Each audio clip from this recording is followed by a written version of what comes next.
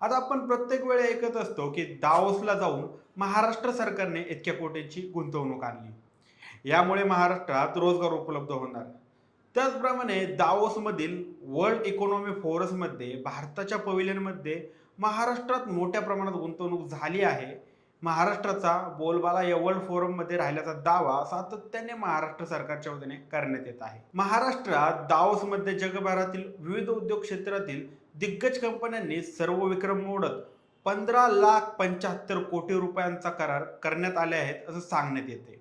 आणि यातूनच 15,98,000 रोजगार निर्मिती होईल असा विश्वास मुख्यमंत्री देवेंद्र फडणवीस यांनी वर्तवला आहे. दावोसमधील गुंतवणुकीत परदेशी आणि देशातील 54 कंपन्यांनी आणि 7 सहकाऱ्यांचे असे एकूण 61 करार करण्यात आल्याची माहिती देवेंद्र फडणवीस यांनी दिली आहे. आता दावोसमधील झालेले करार पाहता ज्या कंपन्यांशी करार झाले आहेत त्यातील बहुतांश कंपन्या भारतीय आहेत.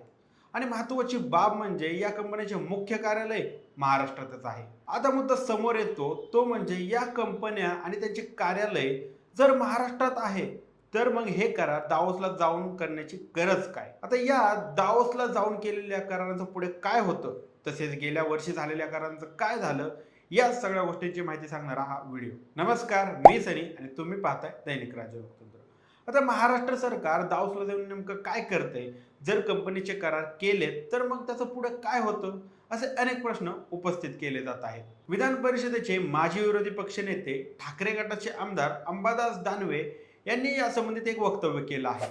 दावोसमध्ये महाराष्ट्र सरकारसोबत समंजस करार झालेल्या कंपन्यांमध्ये एकूण 29 कंपन्या आहेत, ज्यातील केवळ एक विदेशी उद्योग आहे. उर्वरित 28 या हिंदुस्थानातील उद्योग आहेत. यापैकी 20 तर महाराष्ट्रातील निघाल्या. अजून सांगतो, 20 पैकी 15 मुंबई, 4 पुणे तर एक ठाण्यात आहे. मग दावोस दौरा कशासाठी? तर दानवे इथवरच थांबले नाहीत. ते पुढे म्हणाले की माझे आव्हान आहे की गतवर्षी झालेल्या समंजस करारातील किती करार आतापर्यंत अंमलात आले आहेत हे उद्योगमंत्री उदय सामंत आणि मुख्यमंत्री देवेंद्र फडणवीस यांनी जाहीर करावं.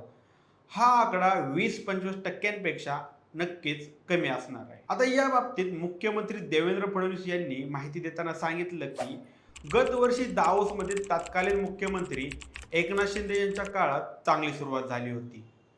त्याच वेळी झालेल्या करारांची 95% पर्यंत अंमलबजावणी झालेली आहे.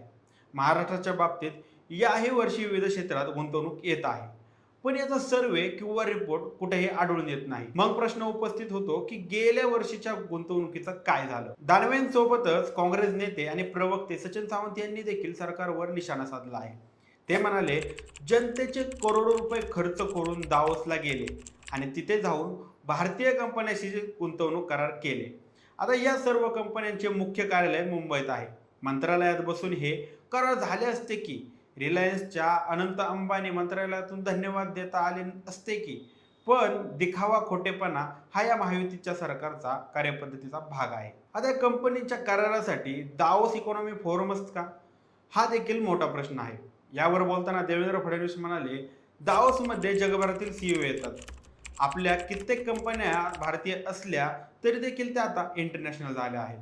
या कंपन्यांचे विदेशी गुंतवणूकदार भागीदारांशीही या निमित्ताने चर्चा करण्यात आली. दावोस हे आंतरराष्ट्रीय नेटवर्किंगचे केंद्र आहे. भारतीय कंपन्या करार करताना त्यांचे विदेशी गुंतवणूकदार सोबत असावेत असे वाटणे गैर नाही. महाराष्ट्रात गुंतवणूक होणारी 95% गुंतवणूक विदेशी आहे. कराराचे रूपांतर प्रत्यक्षात आणण्यात महाराष्ट्र अग्रेसर आहे. आतापर्यंत देशाचा आणि महाराष्ट्राचा विचार करता महाराष्ट्रात सुमारे 65 ते 70% कराराचे रूपांतर प्रत्यक्षात गुंतवणूक झाली आहे. आता यंदाच्या वर्षी उद्योग मंत्री उदय सामंत आणि देवेंद्र फडणवीस यांच्या माहितीनुसार 29 कंपन्यांशी समंजस करार झाले आहेत असं सांगितलं जात आहे. आता यातील फक्त एकच कंपनी परदेशी आहे, तर उर्वरित 28 कंपन्यांचे मुख्य कार्यालय भारतात आहे. यातील 28 कंपन्या तर महाराष्ट्रातीलच आहेत.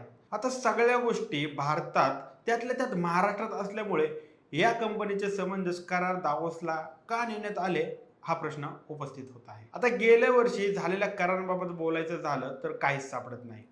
गेल्या वर्षी माजी मुख्यमंत्री आणि सध्याचे उपमुख्यमंत्री एकनाथ शिंदे दावोस दौऱ्यावर गेले होते.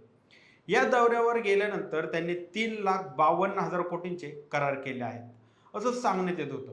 यामुळे या गुंतवणुकीतून 2 लाख रोजगार उपलब्ध होईल असा देखील दावा त्यांनी केला होता. मात्र या करारांचं पुढे काय झालं यावर अद्याप स्पष्टीकरण देण्यासाठी कुणीही पुढे येत नाही. आता यामुळे हा दावोस दौरा नेमका नेत्यांच्या हॉलिडेसाठी म्हणून आहे का असा गंभीर प्रश्न उपस्थित होतो. आता दावोस दौऱ्याबद्दल नेमकी तुमची मते काय आहेत आम्हाला कमेंट करून नक्की कळवा आणि जर दैनिक राज्य लोकतंत्र चॅनलवर नवीन असाल तर चॅनलला सबस्क्राईब करायला विसरू नका. धन्यवाद.